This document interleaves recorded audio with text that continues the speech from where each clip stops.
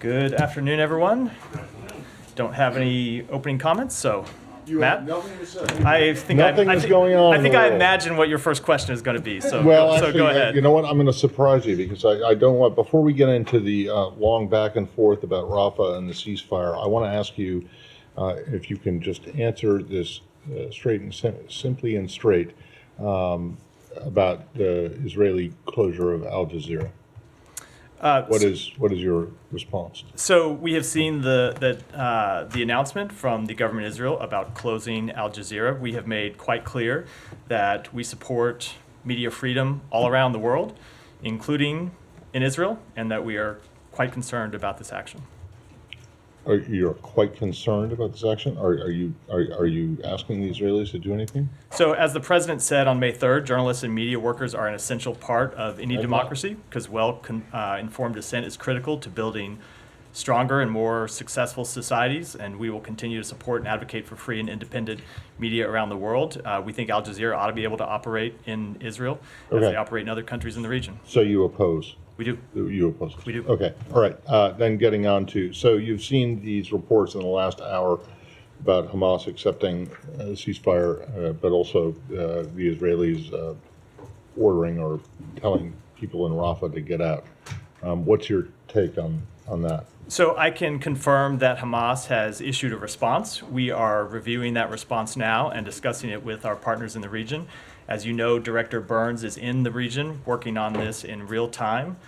We will be discussing this response with our partners over the coming hours. We continue to believe that a hostage deal is in the best interests of the Israeli people. It's in the best interest of the Palestinian people. It would bring an immediate ceasefire. It would allow increased movement of humanitarian assistance, and so we're going to continue to work to try to reach one. And so, but you haven't made any determination about whether this is whether they're accepting what is on the table or they're accepting something that is different. We have only received the response in the last hour, 90 minutes, and as I said, are going through it now and discussing it with partners in the region. So I don't want to characterize the nature of that response just yet. Okay, thanks. Yeah, Shannon. Can I follow up on Al Jazeera? Wait, Shannon, go ahead. Thank you. There have been some reports that from Israel that perhaps Hamas agreed to a proposal that was put together by Egypt and Qatar that was softer than the initial framework that was in the works last week. Is it possible that there has been a different proposal that the U.S. is not involved with tracking? So I've seen those suggestions. I've seen some of those reports, and I hope you'll understand that because we are still reviewing the response that has come in, and because we are working on this in real time and trying to reach an agreement, I'm just going to decline to comment on detail about any of those reports. We're going to be discussing this response with our partners in the region in the hours ahead. It remains our top priority to try to reach a ceasefire agreement that will lead to the release of hostages, that will allow a surge of humanitarian assistance both into Gaza and allow it to move around inside Gaza. But I don't want to comment on any of the various reports about what they might have been responding to until we've been able to go through it in detail and come to a full understanding and discuss it with our partners. And can you say at this point, maybe you can't, but Hamas's political wing and their militant wing, are they on the same page here? Do you feel like this is a response that at least indicates where the entire group is? I'm just not going to speak for Hamas at all. As we have said for some time, there has been a significant offer on the table.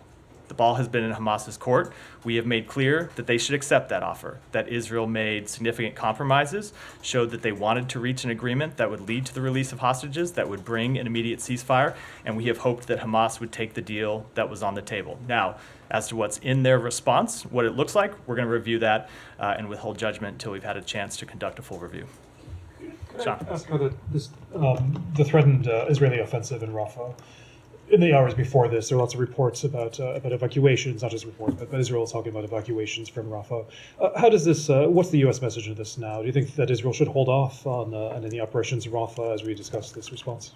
Of course we do. We've made quite clear our position on Rafah for some time, which is that we cannot support an operation in Rafah as it is currently envisioned. We have made clear, the Secretary made this clear in his conversations with Prime Minister Netanyahu and other members of the Israeli government last week, that we have not seen a humanitarian plan that is credible and that is implementable. And we believe a military operation in Rafah right now would dramatically increase the suffering of the Palestinian people, would lead to an increase in loss of civilian life, would dramatically disrupt the delivery of humanitarian assistance, all of which is coming through, I shouldn't say all, but the great majority of which is coming through Kerem Shalom or Rafah and is being distributed inside the Rafah area. If you think about what it would do when you have people moving north to places where internal distribution lines are not currently set up, and you're going to have to try to reestablish those in the middle of conflict in Rafah, we think that would be very difficult, if not impossible to do. So even absent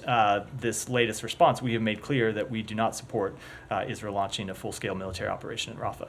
Sure. I mean, you just said it in terms of that's the standing U.S. position on this, but has there been any communication with the Israelis about, I mean, in the past hours or so, about the response from Hamas and how this affects the situation in Rafah? Is there a message? I'm just not going to get into our those conversations. As I said, we just literally in the past hour, 90 minutes, received that response from Hamas in the first place. Of course, we will be discussing it with Egypt, with Qatar, with Israel, the three countries with whom we have been working throughout this negotiation process. But I don't want to get into the timing of those. But obviously, if those conversations have not already started, they will be ongoing in the next several hours. Mara. Matt, under the current circumstances, do you still think a ceasefire is achievable based on what you know coming here?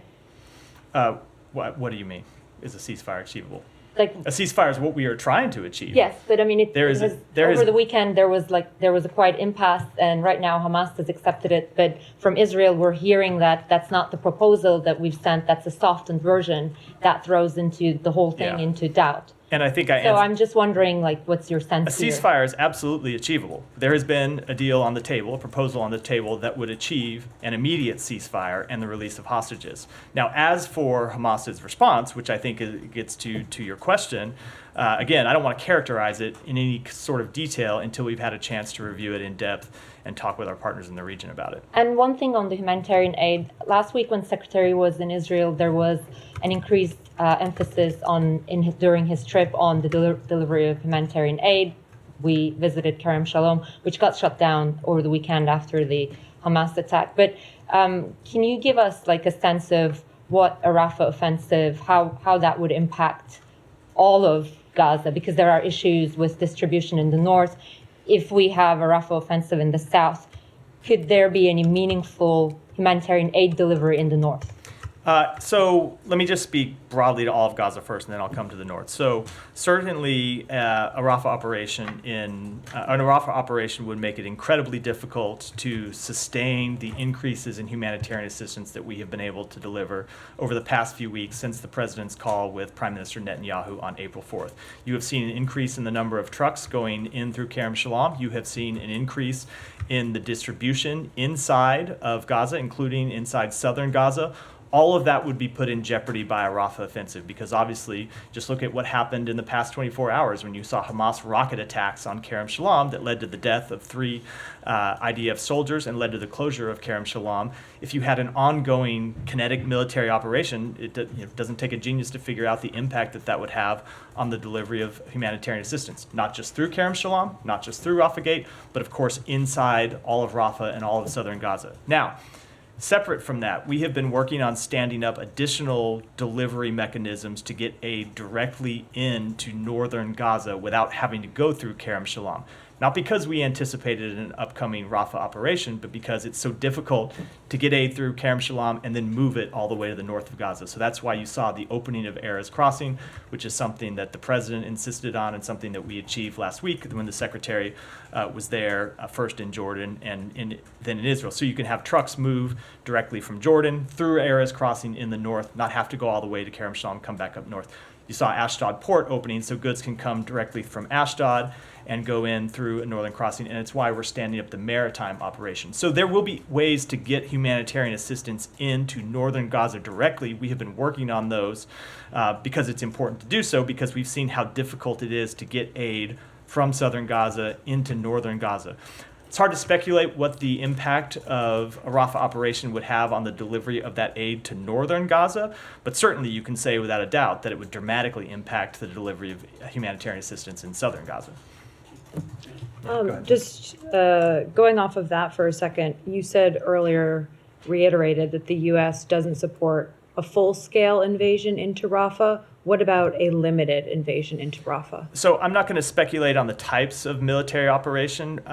It's not speculating. The Israeli government has said limited. I'm about to answer, Kylie. So there are proposals that we have put on the table, and this is why I'm not going to talk about some of this publicly. There are proposals that we have put on the table to the Israeli government that we have discussed with them that we think would be a much more limited, much more targeted, much more effective way of achieving their legitimate military objectives, which is taking on the Hamas battalions that are remaining in Rafah. Those look very different than the types of operations that we have seen proposed publicly by the Israeli government, and I think I'll leave it at that. So just to be clear, what you've proposed to them isn't your understanding of what they're planning to go ahead with in the near future? I'm not going to speak to what they might be planning to go ahead with. I'll let them speak to that. We've seen the announcement they made today about evacuation orders for not the entire southern Gaza, the entire Rafah area, but for a significant portion of it, 100,000 people. And of course, we have concerns that any evacuation at all in such a crowded area, if you see 100,000 people move, you're going to see other people in the next area move as well, which of course is something that you want to see happen if there's a military operation. But the problem now is there's such limited places for them to go inside Gaza, and there is no effective way to distribute aid to them and make sure they have access to shelter, access to sanitation in the places that they would go if, say, you had hundreds of thousands of people moving from Rafah. And then, without characterizing the Hamas response, given you guys are still reviewing it, would you say it's a hopeful sign that they have given a response here? I think that would be characterizing it, so I'm going to decline to do so until we have completed that review. And when do you think you'll be able to complete that review? When should we expect an assessment from the administration? The Director Burns, as I said, is in the region literally working on this right now. I don't want to put a timetable on it, but it is something that is a top priority for everyone in this administration, from the president on down. You saw that the president had a phone call with Prime Minister Netanyahu today. Achieving a ceasefire deal that would lead to the release of hostages was one of the top priorities of the Secretary's trip when he was in the region last week. So everyone is focused on this. Everyone is trying to get a deal over the line. Thank you. Last week there was some reporting that the Biden administration had put a hold on a shipment of US-made ammunition to Israel. Have you seen that report? Can you comment on its accuracy? I have seen on that report. As is usually the case, we don't comment on specific cases of arms transfers, and I'm not going to do so here. Thank you. Yeah, Said. Just to clarify on the offer that you said was generous and on the table and what seems to be accepted now. Does that mean that the ball is no longer in Hamas's court? Said, it's impossible for me to answer that question without characterizing the response that Hamas has given, which I'm not yet willing to do. Okay, all right. On Al Jazeera, now we know that Israel is accusing the correspondents of Al Jazeera, our colleague, who are Israeli citizens, by the way, accusing them of incitement that goes back many years and all these things, a crime that is punishable by imprisonment. Are you worried that these correspondents might actually be imprisoned by the Israelis? And if they are, what would the government of the United States do? So I'm not going to speak to those specific allegations. It's not something that we've reviewed in detail. We would have to do that. I'm certainly not going to speculate about what we might do in response to an action that has not yet been taken. I will just reiterate that when it comes to the decision to shutter Al Jazeera's operations in Israel, it's something that we are concerned by. We support the work that journalists and media do. We have had, I don't think it's any secret that we have had our differences with with Al Jazeera over the years, including some of the ways in which they cover this conflict. But we support the free media conducting their operations everywhere in the world. Yeah, I think most countries have had an issue with Al Jazeera. Let me ask you about Rafah. Now, the movement, 100,000 people and so on. Now, how many would need to move before Israel can go in and legitimately go after Hamas's position? I mean, the area is so small Al-Mawasi, where they are moving and so on, just meters, not a- maybe kilometers away. What would prevent, let's say, Hamas fighters or Hamas leaders and so on to actually move, to another place? They allegedly have a network of tunnels that would allow them to do that and so on. And then, we have the same kind of situation. We see the Israelis saying we want to go after them in that area. I mean, how do you read this whole So situation? that is not really a question I can answer. I will just make clear, as I have already, and as others in the administration, including the president, including the secretary, have on a number of occasions, that a major operation in Rafah is not something that we can support. Yeah. And finally, I asked on Thursday about Dr. Adnan Al-Bursh. I was wrong. He wasn't shot. He died, and some say under torture and so on. I know that your colleague at the White House said what she said, that she was saddened and all these things. But have you followed up on this issue? How do you follow up on it? And because apparently they are keeping his corpse. I mean, they're not turning it to his family or others and so on for proper burial. It is one that we have raised with the government of Israel. I don't have a response to read out. We have made clear with Israel, as we have made clear publicly, that they must treat all detainees humanely and with dignity in accordance with international humanitarian law, and that they must respect detainees' human rights, and also that they must ensure accountability for any abuses or violations. Thank you. Yeah. Hi, Matt. Since they took all the Al Jazeera questions, I'll skip mine. No I just problem. wanna. Alex, did you have something? No. Just kidding. I just wanna, because I'm a little bit confused. If you can clarify. So the Hamas response is not on the general's proposal. It's not accepting this proposal. I think I made clear I'm not going to characterize their response one way or the other until we've had a chance to fully review it, digest it, discuss it with our partners. All right. My second question is about the peer that the United States is conducting. We believe we have in our reporting that it is close to being operational. Can you just tell us how this peer will operate? I mean, who will have the upper hand in making this? So it is something that we have been trying to complete as soon as possible. And when I say we, I mean largely our colleagues at the Pentagon who are constructing the pier. We've been involved in liaising with humanitarian groups that will be involved in the distribution of humanitarian assistance once it comes in to Gaza. But with the actual timeline for the launch of the pier and its operation, any details, I'm going to defer to the Pentagon to comment on those in any detail. By the way, on the pier itself, it was said over the weekend that it was moved to Ashdod because of some high winds and waves and so on. Do you have any comment on that? I'm going to defer to the Pentagon for any of those operational kind of details. They're the ones that are responsible for constructing and moving it and ultimately launching it. Michelle, go ahead. Do a few more in the Middle East before. Did you ask Qatar to expel Hamas leaders from Doha, and is it the time for these leaders to leave?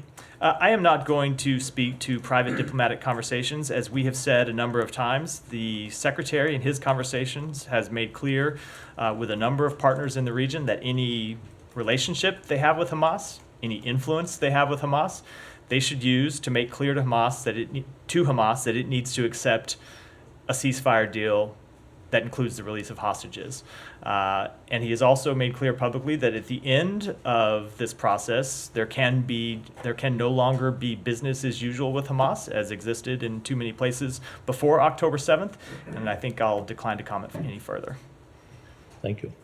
Any more in the region? Yeah, go ahead. Thank you. For World Press Freedom Day last week, the Secretary did put out a statement about that. I'm just curious as to why there was a decision not to mention the Gaza war. Granted that many journalists are being affected by a lack of press freedom around the world and also being killed in various conflicts. But there was a substantial number of journalists that were killed in Israel and Gaza at the end of last year. Was there a reason why that wasn't mentioned? No, the Secretary has spoken to that a number of times, including in the region, including speaking directly to the colleagues of journalists in some instances who have lost their life tragically. We mourn the death of every journalist. You've heard the Secretary speak to the fact that it is because of journalists in Gaza that we see what's happening, that the world knows what's happening. And so we support their work. We want to see it continued. And we mourn the loss of every journalist. And I've spoken to that many times since the outbreak of this conflict. Thank you. Go ahead. Yeah. Just on Kerem Shalom. Yeah. Is it your understanding that the Israelis have agreed to reopen it after the attack that happened on Sunday? So yes, that was it. If you looked at the readout from the president's call, Yeah, it but- noted that the prime minister had agreed to open it in that conversation. Okay, because, the secretary was just there on Wednesday. And you believe that Kerem Shalom is critical. It is- With or without a Rafah It is operation. Kerem Shalom is absolutely critical to the delivery of humanitarian assistance in Gaza, especially in southern Gaza. Now that we've stood up operations in the north, So is it But, open now, do you know? I do not know if it's been reopened. I'll say it was an incredibly cynical act for Hamas to attack Kerem Shalom yesterday, knowing that Kerem Shalom is the linchpin to the delivery of humanitarian assistance in Gaza. It goes to this point we've made on a number of occasions that Hamas claims that they represent the interests of the Palestinian people, but when you see some of their actions, and we talk about them hiding behind humans, using them as human shields all the time, when you see them attacking the gate that serves as the delivery point, as we saw, you were there last week, as we saw with our own eyes, the delivery point for humanitarian assistance into Gaza, it really does undermine any claim that they have to acting on the people of Gaza's behalf. Thanks. Can I switch regions? I'll come back to you. Go ahead. Thanks, Matthew. What action would the U.S. U.S. take if Israel were to invade Rafah? We have made clear that we cannot support an operation, and I don't want to speculate on what actions we might take if one should proceed. Okay, and what's the department's reaction to Turkey suspending trade ties with Israel? I don't have any comment on that. They are both allies of ours, and we would encourage them to work through their differences, but I don't have any specific comment. And finally, what is the department doing to hold the CCP accountable for continued Chinese assistance to Russia's defense sector?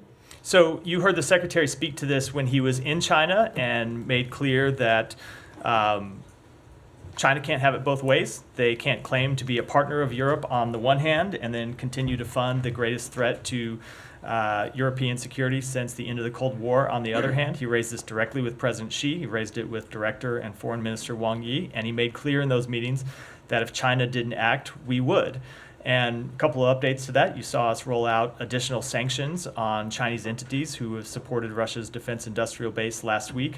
And then I want to note that we made clear that it is not just the United States that is concerned about China's activities, but it is also our partners and allies in Europe. And, President Xi is in Europe today, meeting with President Macron, meeting with the president of the EU. And if you noted the comments from the government of France, they very much intended to press this same case with President Xi and make clear what a threat they see it the way we see it, which is that it is a threat not just to Ukraine, but it is a threat to European security. And we think it's important that our allies and partners stand strong in sending that message as well. Just one more. Yeah. What is the department's message today, given it's Yom HaShoah, Israel's Holocaust Remembrance Day, especially with Israel having suffered several months ago the largest single-day massacre of Jews since the Holocaust? And I know the secretary. The secretary put out a statement on that yesterday where he reiterated what has been our continuing message, which is never again. And I think you'll see this president speak to this further. Matt, can I piggyback off? He would go ahead. Thank you. For a more limited operation in Rafah, and you're working on a ceasefire with your partners. What comes first? I mean, you share the objective you said with the Israeli that they have to defeat Hamas in Rafah.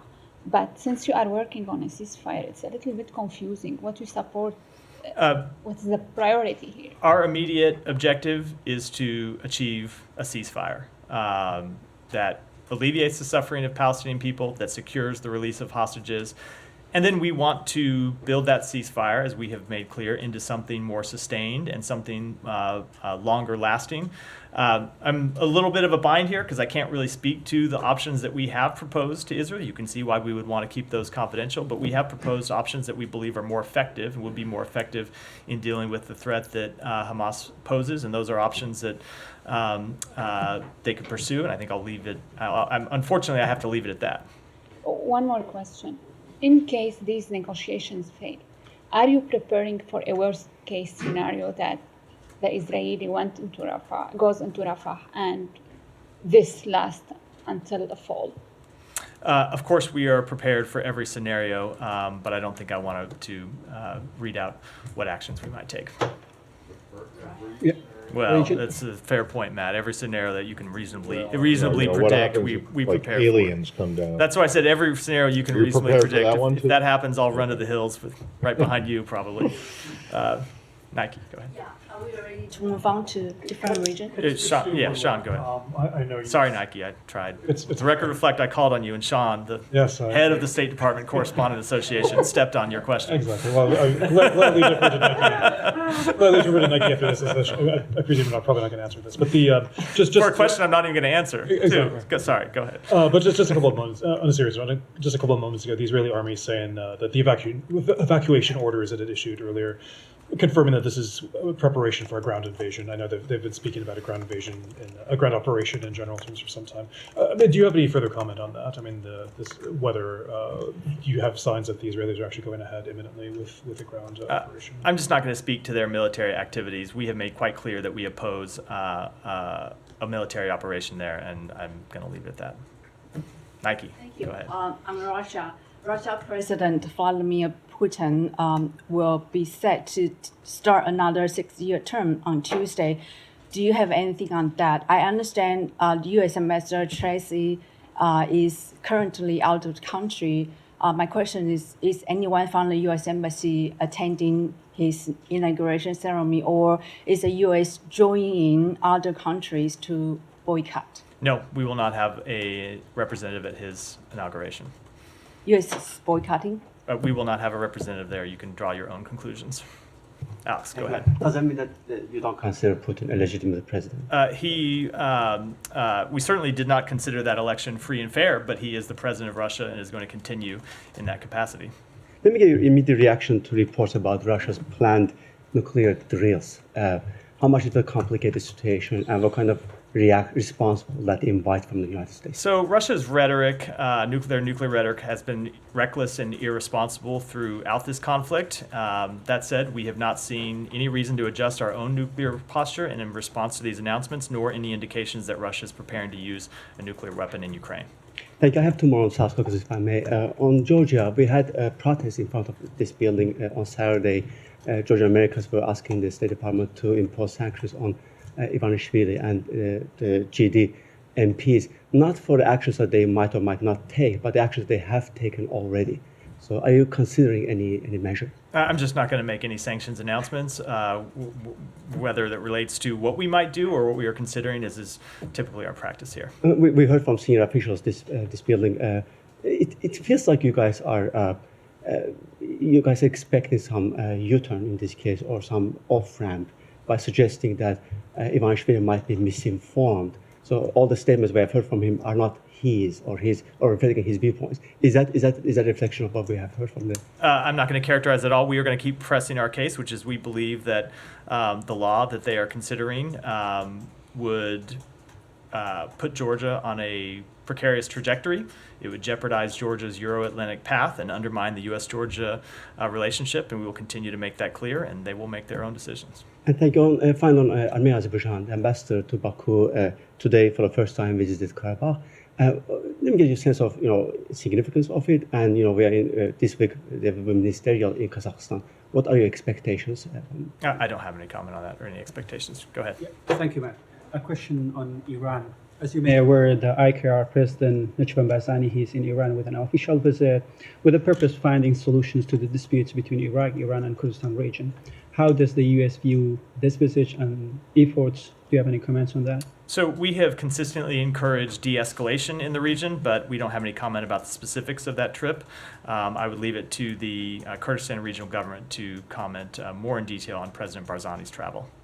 And one more question. Do you think that having these kinds of discussions with Iran could help and leave any impacts on the Iraqi stability? Because we witnessed they attacked the Iraqi Kurdistan, and there were a lot of tensions between these two capitals? So I don't want to speak to these specific conversations, but of course we have always encouraged any conversations that would lead to de-escalation and would lead to further stability in the region, including vis-a-vis Iran, which of course has been one of the greatest contributors to instability in Iraq and elsewhere in the Middle East. And last question, as we are speaking of Iran, minutes ago, the Iranian foreign minister put a post on X, and he said that we send Hamas response to the plan proposed by Egypt and Qatar.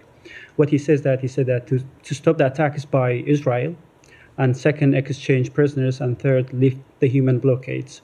And now the ball in the opposite court. We are honest with in our intentions. This is what he posted. So how do you see the Iranian role in bringing the Gaza conflict into the end? And bringing a Gaza conflict to an end, I see no Iranian role in bringing a Gaza conflict to an end. You've seen Iran be one of the greatest instigators of this conflict in the first place, from financing Hamas and supporting Hamas to financing and supporting Hezbollah and other groups that have contributed dramatically to instability, not just when it comes to attacks on Israel, but when you look at their proxy, the Houthis, and attacking international shipping and greatly destabilizing the region. So no, I don't see Iran playing any kind of productive role. And they are not that would be completely out of character for them. They are not honest with their intentions, what he said on his post. They're not what? Honest with their intentions. With their, Iran's honest with their intentions? No, I would not characterize them as honest with their intentions. When it comes to the specific comments that they made about Hamas's response, I'm not going to comment on those because, as I said, we're reviewing their response, so I don't want to confirm what may or may not have been in it. Thank you. Go ahead. Thank you, Matt. So can I just get your reaction to this? Over the weekend, a Moscow court sentenced a Russian Falun Gong practitioner to 2 months in detention for her beliefs. It's the only other country outside of communist China to incarcerate a citizen for the meditation practice. Jake Sullivan said that he wasn't surprised by this, as China's, Russia relies on China's economic and technological support. So given these circumstances, what's the State Department doing to address the broader implications of the spread of China's persecution of Falun Gong into Russia, possibly in exchange for support? Let me take that back and get you a specific response since it relates to this one case that you mentioned. Thank you. Yeah. Go ahead. A little over a week ago, China held unity talks between Hamas leaders and Fatah, sir, and they, I think it resulted in them just saying that they're agreeing to keep talking. Yeah. What's your reaction to China being involved in unity talks between these? So I don't have any reaction to them playing a role in these talks. We saw previous talks take place between Hamas and Fatah in Moscow. They've held talks in other locations. Leaving that aside, we have long said that if China wanted to play a productive role in bringing this conflict to an end, that is something that we would welcome. If they wanted to play a productive role in helping prevent escalation in the region, that is something we would also welcome. The Secretary has spoken to his counterpart, Director Wang Yi, 6 times since October 7th to press this case, to press China, to use all of its influence in the region. And we will continue to press them to do that. We think there certainly are countries that they have a relationship with whom they have a relationship in the region, including countries, most notably Iran, with whom we don't really have a relationship. So if China can bring its influence to bear, that would be a productive step it would be a productive step that it could take that would benefit the region and benefit the entire world. One more on Saudi Arabia. Yeah. The other day you had said that in order for normalization to take place between Saudi Arabia and Israel, that Saudi Arabia is looking for calm in Gaza. Correct. As well as a path to peace. That path to peace, is that the Oslo Accords? Is that something different than Oslo? Is that expanding on Oslo? Or? So I don't want to get into the details because it's something that we still continue to talk with Saudi Arabia about, but it is a path to the establishment of an independent Palestinian state with security guarantees for Israel, and the details of what that would look like is something that we're continuing to discuss with them. So would that make Oslo irrelevant? I don't want to, it is a negotiation and a discussion that is ongoing right now. I don't want to characterize it in any way with respect to how it would interact with past agreements. Thank you. Yeah, go ahead. Thank you. Yeah. A ceasefire deal doesn't end the war in Gaza. It means returning to fighting again and more Palestinian civilian victims, as it's happened daily. 10 of thousands have already murdered due to the bombing and the famine imposed by Israel, most of them children and women. My question, why the US doesn't intervene to stop the war completely? I mean permanent ceasefire, especially that the Palestinian civilian killed with the American weapon. So we have been working incredibly hard. It's been the focus of most of this briefing to achieve an immediate ceasefire that would stop the fighting in Gaza and would alleviate the suffering of the Palestinian people, those who have died as a result of the conflict, and also those who are suffering as a result of lack of humanitarian aid or inability to access humanitarian aid. Now, that's the first step. We want to get an immediate ceasefire, and then we do want to see it turn into something more durable. We're going to try to work to bring this conflict to an end as soon as possible. That said, and I know I've hammered on this in the past, and the Secretary has hammered in the past, Hamas could achieve an immediate ceasefire right now. Hamas, the entity that started this conflict by murdering civilians, innocent civilians, could lay down their arms, could surrender, and stop putting the Palestinian people in harm's way. So when people ask questions about Israel that are legitimate questions, and when they ask questions about us that are legitimate questions, I hope people will also realize that Hamas played the instigator role in beginning this conflict and could end it today if they wanted to. But it's not permanent; it's temporary. We are trying, as I just spoke to that in my answer. Yes, excuse me, another question. That IDF already requested the people in Rafah to evacuate. I wonder if the evacuation for Palestinians in Rafah across the Egyptian borders being considered. So Egypt has made quite clear that they do not want to see the displacement of the Palestinian people. It's not just Egypt. We have heard that from virtually every country in the region, that they do not want to see Palestinians displaced because of the very unfortunate history in that regard. And we have made clear to the Israeli government that the Palestinian people shouldn't be replaced or displaced. Now, one of the major risks of a full-scale Rafah operation is that it would destabilize that border between Gaza and Egypt and would lead to that sort of displacement, which would destabilize the Sinai Peninsula, of course. It's another reason why we believe such an operation is a bad idea in the first place. Okay. Yeah, go ahead. Thank you very much. U.S. House Democratic leader Hakeem Jeffries said on Sunday that the United States will have to send troops to Ukraine if Ukraine is defeated in conflict with Russia. Any chances that is a real option? I'm just not going to comment on statements made by members of Congress. The president has made clear that he will not send U.S. troops to fight in Ukraine. Okay. And one more question. Can you explain why is it okay for the United States to have a law on foreign agents, and it's not okay for Georgia or Russia to have one?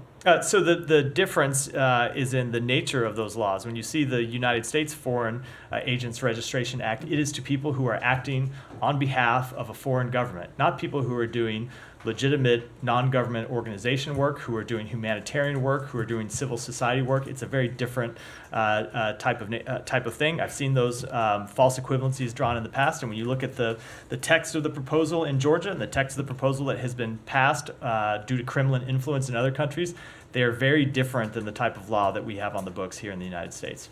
Go ahead.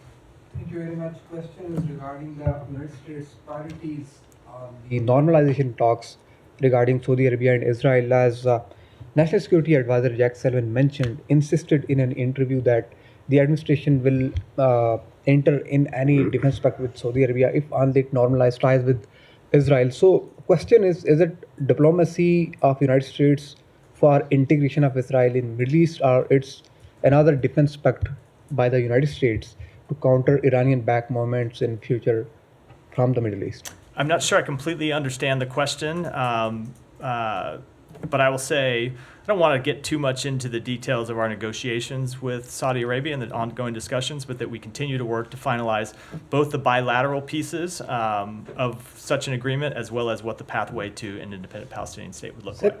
Secondly, Canadian authorities arrested 3 individuals linked with the killing of Sikh leader Hardeep Singh Nijjar.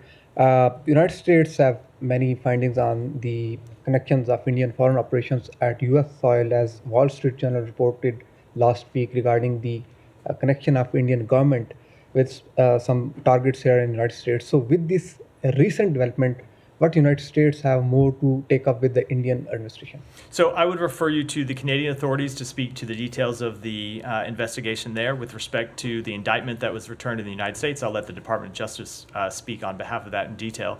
And then the only thing further I'd say when it comes to the State Department, we made clear when these allegations were first made public that it's something we think India should take very seriously and investigate. They opened a committee of inquiry to look into the matter, and that work is ongoing, and we'll wait to see the results. But we made very clear that it's something that we take seriously, and we think it's something they should take seriously as well. Hudson.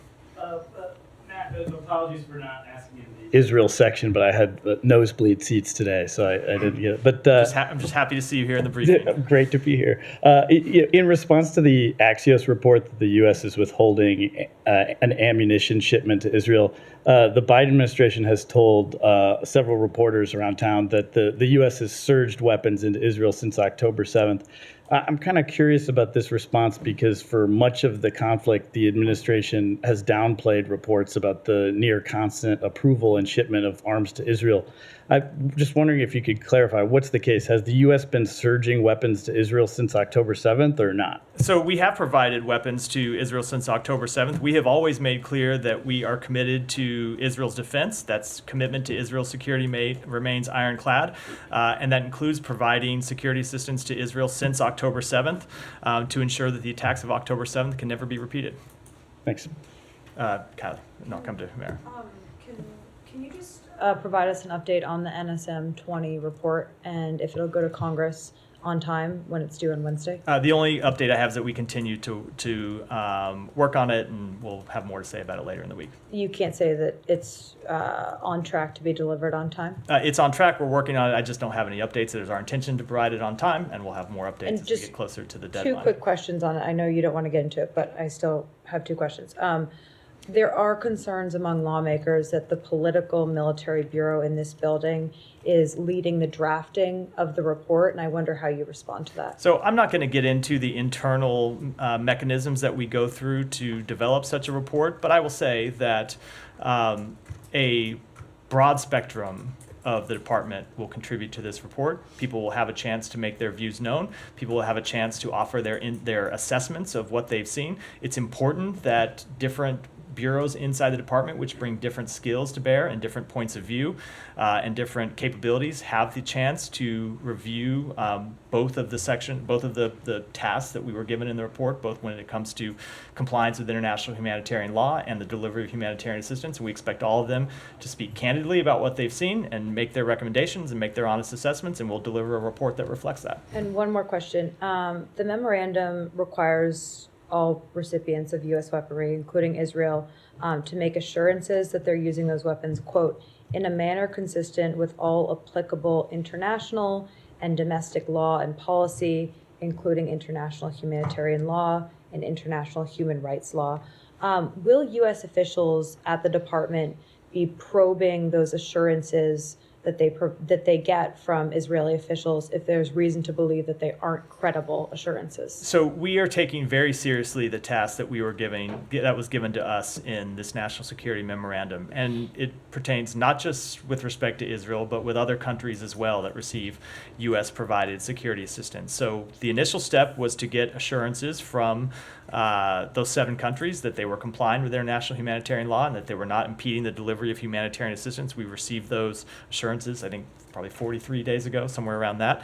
And now we are going through and looking at compliance with international humanitarian law and the delivery of humanitarian assistance. I don't want to get into it too much in detail because we are close to when a report will be delivered, and I should wait and let the report speak for itself. But I can tell you, it is something that we take incredibly seriously, and there is a lot of work going on at the department to make sure we fulfill that obligation and we fulfill it thoroughly. So you're not taking those assurances on face value? Let me just let the report speak for itself when it comes out, but it is something that we are absolutely taking seriously, and we are looking at a whole host of activities and actions when it comes to any one of the governments, the relevant governments in this case, and we'll be making our own assessments, not just based on what those governments have told us, but based on what we have seen in our review here at the State Department. Thank you. Humera, Just one thing on that, actually, Matt.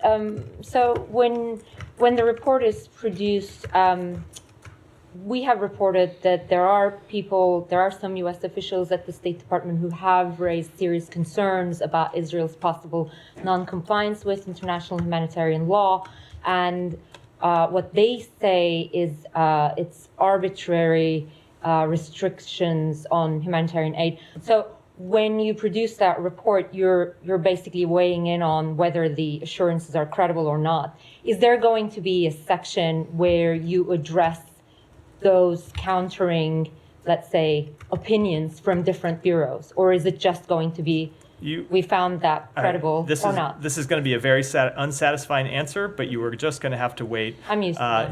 until sorry about that until the report is complete. But I will say that one of the strengths of this department is that we have people with a rich diversity of experiences, a rich diversity of expertise, and a rich diversity of views. And the Secretary takes all of those seriously. He takes all of their point of view seriously.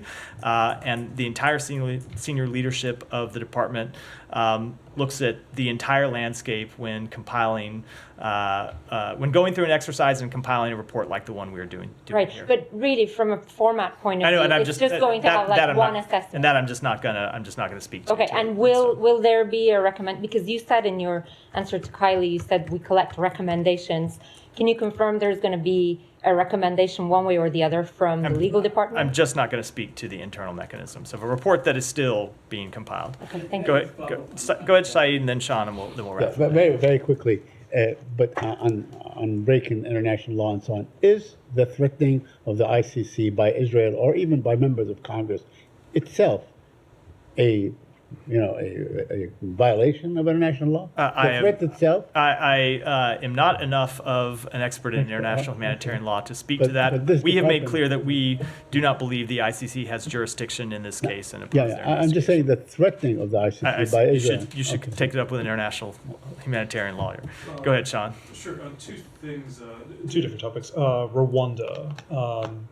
The Rwandan government didn't really like a statement that you issued last week, saying that the Rwandan Defense Forces were involved in the attack near Goma on the east of the DRC, saying that the statement's ridiculous and that the Rwandan forces weren't involved in that. Do you stand by that? Has there been any communication with Rwanda? We absolutely do. The attack in question came from the Rwandan Defense Forces and M23 positions on the Muganga IDP camp. The government of Rwanda must investigate this heinous act and hold all of those responsible accountable, and we have made that clear to them. Yeah, has there been a communication directly with the Rwandans? I'm not going to speak to diplomatic conversations, but we have made quite clear what we think about this act and the fact it ought to be investigated. Great. And then a completely different topic, Mexico. There 3 surfers were killed, one of them in America. Do you have any lines, any communications with the U.S.? Yeah, so we can confirm the death of a U.S. citizen, Carter Road, near Ensenada, Mexico, and are closely monitoring the situation. We offer our sincere condolences to the family on their loss. We are coordinating with local law enforcement on their investigation into the matter, and out of respect for the privacy of the family, we will decline to comment further at this time. And with that, wrap for today. Thanks, everyone. Thank you.